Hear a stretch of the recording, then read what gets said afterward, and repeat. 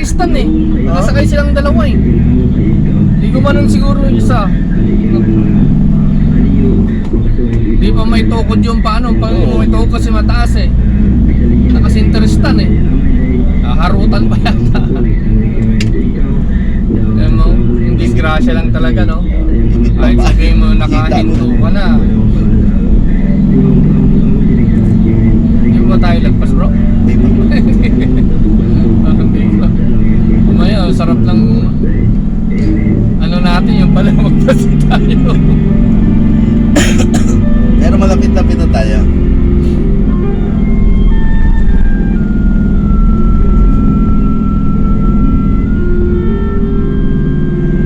Yan, ang sitwasyon dito sa Marilaki paglinggo pala. Bilang sa material na bagay, Maraming mga motor. Atin ito magpakailanman. Sa iyong nasulusunod sa Panginoon,